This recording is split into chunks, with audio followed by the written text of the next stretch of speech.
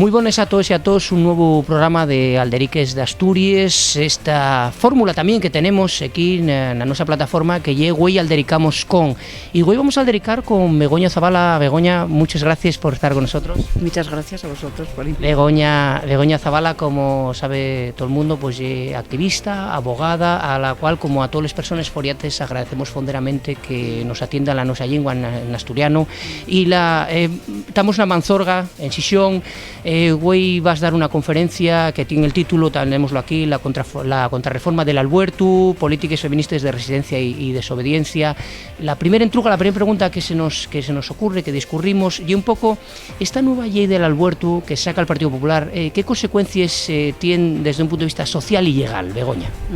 La primera te voy a contar las legales, porque son las más graves, ¿no? Legalmente va a suponer que va a mandar a la ilegalidad y van a ser delito pues alrededor del 95% de los casos de interrupción voluntaria del embarazo, que en este momento son legales.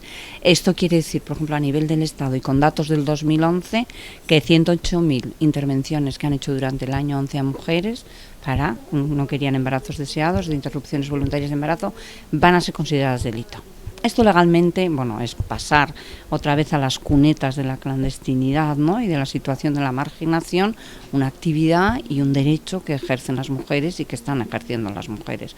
Eso es muy, muy, muy importante y muy grave. También legalmente va a tener otra consecuencia, que es que lo que entre dentro de lo que ellos llaman supuestos legales va a ser muy complicado de llevar a la práctica, tanto en tiempo como en burocracia, como en trámites que vas a tener que hacer, y como todo esto se somete por plazos y por casos, los supuestos legales van a ser limitados, difíciles de concretar y de efectivamente probar. Tienes que asistir casi como a un juicio, ¿no? Decir, yo estoy en esta situación, pongo la prueba, esto es la verdad de lo que está pasando. Mientras tanto, el plazo va corriendo y solo tienes 12 semanas o 22 semanas según el supuesto, y si pasan 22 semanas ya es ilegal. Es decir, que legalmente va a tener unas repercusiones muy, muy nefastas. ¿Y esto socialmente en qué se va a transmitir? Pues que ya sabemos que al final, aunque el aborto esté prohibido, aunque sea delito, los abortos se llevan a la práctica, ¿no? Y se realizan. ¿Y quiénes los pueden practicar? Pues las mujeres que tienen más dinero, que van a clínicas privadas, las mujeres que pueden viajar a casi toda Europa, que los supuestos son legales y se puede ir tranquilamente. Una vez más, necesitamos dinero. Y luego van a abortar también otras mujeres, pero en condiciones muy precarias. Y socialmente esto va a ser terrible, porque una mujer que aborta y hace IVES en condiciones muy precarias, tanto de sanidad como de seguridad jurídica, lo va a hacer en malas condiciones para su cuerpo y para su psicología. Entonces va a estar con la amenaza de que puede ser delito lo que está haciendo, que es, y la pueden detener, o con la amenaza de que a ver qué método me estás haciendo. Vamos a volver al perejil, no sé si alguna gente se acuerda de mi edad, ¿no? Que se abortaba con perejil, ¿verdad? Bueno, había muchas publicaciones feministas que se llamaban Ajo y Perejil, porque era por el tema del aborto con el perejil, o con otras cosas. Se va a abortar con pastillas que funcionan por la red, que las puedes comprar en internet, pero derivado de eso puedes tener un sangrado quizá muy fuerte, entonces tendrás que ir al hospital a ver qué pasa. En el hospital te tienen que denunciar porque proviene de un aborto ilegal. Es decir, socialmente nos vamos a encontrar con una franja que en este momento yo creo que la tenemos muy localizada por los datos estadísticos, que es de mujeres inmigrantes, sobre todo, porque están fuera de las redes de asistencia y de un conocimiento rápido del aborto y del embarazo no deseado para poder hacer la IVE, y de las mujeres jóvenes, que tienen más dificultad de acudir, porque tienen menos dinero, porque no saben, porque no les van a dar permiso, complican más la situación. Y eso va a ser terrible, claro. Esto ideológicamente y conceptualmente pues va a llevar a que sean unas mujeres apestosas, por decir así, porque ahora se va a volver otra vez a avergonzarse de un acto que en principio es un derecho para nosotras y ahora se le llama delito, y te puedes ir a la cárcel. Quien lo practica, los médicos te pueden condenar por eso. Es decir, que ya socialmente eres una apestada, una mujer mal vista, porque está haciendo cosas con independencia de que moralmente, con la moral de cada uno decidan lo que sea, ya legalmente es un delito. Entonces, esto es muy grave, va a tener unas consecuencias, y sigue para adelante, muy negativas en el punto de vista social para las mujeres, de las capas con más dificultades para acceder a los sistemas sanitarios. Claro que no son los públicos, sino que son los que haces con dinero, los que haces con contactos o los que haces con viajes al extranjero. Mucha xente, Begoña, entrúgase, pregúntase, el Partido Popular saca esta lei que lle, como decimos, retroceder muchísimos años nel tiempo, pero tamén falase de un lobby mediático, de una presión, non solo mediático, sino tamén de una teocracia, ¿no? Bueno, pues los obispos, toda esta xente que non vive en esa realidad, que un pouco presionaron a este gobierno máis retrógrado e que vuelve a lleis, que además lo que comenten todas las estadísticas, Begoña, lle que al poner lleis restringides, lo que ocurre lle que eso fai que aumente la mortalidad, que las condiciones como nos comentabes, ¿no? Piensas que un pouco le enviso todo ese fundamento bien de Pereí, de esas expresiones, digamos, de unos determinados lobbies? Desde luego aquí esto es una reforma absolutamente ideológica. Tiene que ver con concepciones que tienen sobre la mujer, la maternidad, la paternidad, el matrimonio, la fidelidad. Es todo un modelo de matrimonio, de descendencia, de criaturas, de nacimiento, relación materno-filial, ¿no? Es todo un modelo que lo sustenta. No sé si son lobbies, en la Iglesia Católica me parece que es más que un lobby, un lobón, no sé no sabría cómo definirlo, pero obviamente todo el sector ultracatólico conservador de las alas más derechas de la Iglesia no se han cortado un pelo, aprovechando que Rouco iba a Roma directamente ese mismo día que estaba con el Papa, que parece que algunos dicen que podría tener alguna veleidad un poco más moderna, que todavía están también en las catacumbas, presionando y recordando, ¿no? La historia fue Mariano Rajoy recordando, a ver, que se prometió lo del aborto y tiene que cumplir la promesa. No ha cumplido casi ninguna promesa, esta parece que sí la va a cumplir Rajoy, ¿no?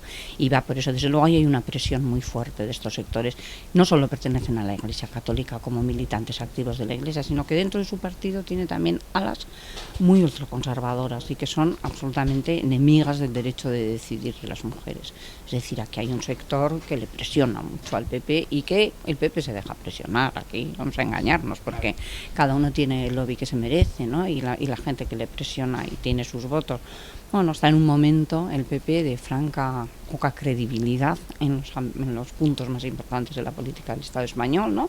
Le hace todo el tema de víctimas del terrorismo, no lo está haciendo bien, pero no desde un punto de vista de la izquierda abertzale de una feminista vasca, sino no lo está haciendo bien desde el punto de vista de su ala centro-demócrata que pueda tener y tampoco de su ala de extrema derecha. No, obviamente el tema económico le está pasando un facturón terrible, está haciendo lo que está haciendo, pero tiene mucho descontento, pero ahora con este asunto también tiene descontento y tiene alas, entonces pretenderá aglutinar probablemente, apoyándose en estos sectores a su partido, pretenderá aglutinar ya que en otros sectores no les está dando ninguna satisfacción, pues puede ser un elemento, pero puede ser un elemento, claro, que va unido. Y como bien decías, es un lobby que no solamente es el tema del aborto, porque ¿qué pasa con los colegios segregados, financiados con las arcas públicas?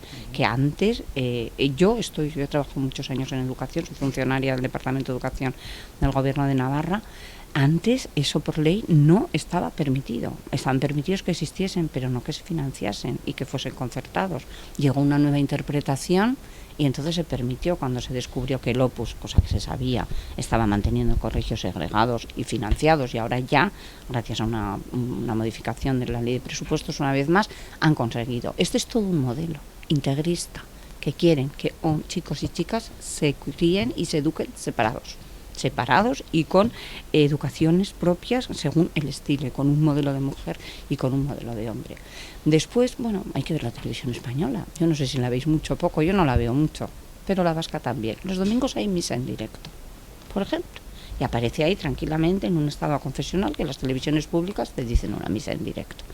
Se van a cargar el tema de la educación a la ciudadanía o lo que era aquello, pero no solamente eso, sino que van a meter la religión. Es decir, hay que leer con ojos de ver si realmente hay un lobby muy católico, muy ultra, presionando la ley de educación, ¿no? La ley de educación se está cambiando el currículum de arriba abajo, están metiendo la religión como asignatura obligada, que va a puntuar, que va a hacer medias para acceder a los cursos, para pasar las etapas y demás. Es decir, hay un proyecto que es educativo, que es moral, que quieren introducirnos en un modelo de familia, en un modelo de madre. Esto es el modelo de una derecha muy, muy reaccionaria, muy ultracatólica y que quiere además que traspase lo que ellos piensan en su moral, en su vida, en su planteamiento ético, en su religión, traspase las fronteras de la sociedad. Es decir, es muy parecido al modelo ultrarreligioso integrista de sectores musulmanes, de sectores de la religión musulmana, es muy parecido. Sí, el modelo el que plantean, sí, es el modelo que plantean. Yo pienso esto es lo que yo creo, entre superstición, creencia, fe, vamos a dejarlo así, pero esto me parece muy importante, que lo tenéis que creer todos, y os voy a educar en esto, y os voy a... Entonces, desde luego que hay una presión muy muy fuerte y están cediendo estas personas, porque además este va a ser el único caso, aquí no pueden decir que esto es por temas económicos, porque no tiene nada que ver, ¿no? Esto es claramente un tema ideológico. Es más, sabe perfectamente que las clínicas privadas, que gracias precisamente a lo mal que está hecho la ley, todas las IBE se hacen en clínicas privadas, están absolutamente en contra, porque se van a quedar sin ese negocio, ¿no? Y no solamente eso, sino que va a pasar probablemente a médicos privados, pero con elementos de clandestinidad. Y a pesar de eso, que muchos serán sus votantes y muchos serán del PP, seguro, sin ninguna duda, porque a ver quién tiene aquí clínicas privadas de tanto negocio y de tanto esto, y están absolutamente en contra. Y a pesar de eso, por un modelo que tienen, de cómo tiene que ser su maternidad, de cómo tiene que ser sus relaciones de pareja, de cómo tienen que ser sus relaciones sexuales, sus modelos de familia, lo van a introducir. Es decir, esto es un tema, nosotros desde el primer momento hemos dicho, aquí estamos en un debate ideológico muy importante y hay que discutirlo, porque ellos lo plantean así, y para nosotros es un tema de derecho sexual y reproductivo de las mujeres, de la salud sexual y reproductiva de las mujeres. Es este el tema, pero llama la atención que en este tema tienen un montón de estadísticas, un montón de datos, un montón de lecturas que nos pueden hacer. Sale el Ministerio de Justicia y no nos habla para nada ni la de Sanidad, que es la que tendría que dar los datos. De momento, hasta que no cambie la ley, este es un tema de salud sexual reproductiva y está en vinculación con las clínicas, con los hospitales y con el Ministerio de Sanidad. No ha dicho ni mu. La ministra de Sanidad, de Políticas Sociales, no ha dicho ni mu, y apareció el ministro de Justicia hablándonos de lo que él piensa y de que él estaría dispuesto a tener hijos con malformaciones. Bueno, es un debate para todo un señor ministro de por qué lo ha introducido a través del Ministerio de Justicia, porque solo quiere hablar del Código Penal, no quiere hablar de la salud de las mujeres. Lo que sería de sanidad delito, para entender. ¿Por qué no entra sanidad y por qué no entra políticas de igualdad, políticas de la mujer? Si es un tema de mujeres y de sanidad. Díganos usted cuántos abortos están haciendo, en qué condiciones, cuántas mujeres mueren, cuántas no mueren, qué tipo de salud hay, qué bienestar, qué malestar, cómo está esto. Y entonces con esos datos en la mano, pues tienes un debate, pero no quiere llevar ahí el debate. Él quiere llevar al debate a los derechos, el concebido y no nacido. Ahí sabe muy bien. Cosas ideológicas. Pues Begoña, queremos darte les más fondes gracias por atender al Deriques de Asturias. Pareció súper interesante lo que nos cuentes y bueno, también una charra que todas las mujeres y hombres también que tienen que implicarse, pues que tens oyertes a que lleves una montonera de años trabajando en esto. Begoña, muchas gracias. Vale, pues gracias a vosotros. Encantada de haber estado en una televisión que habla en asturiano, que es muy bonito. Gracias.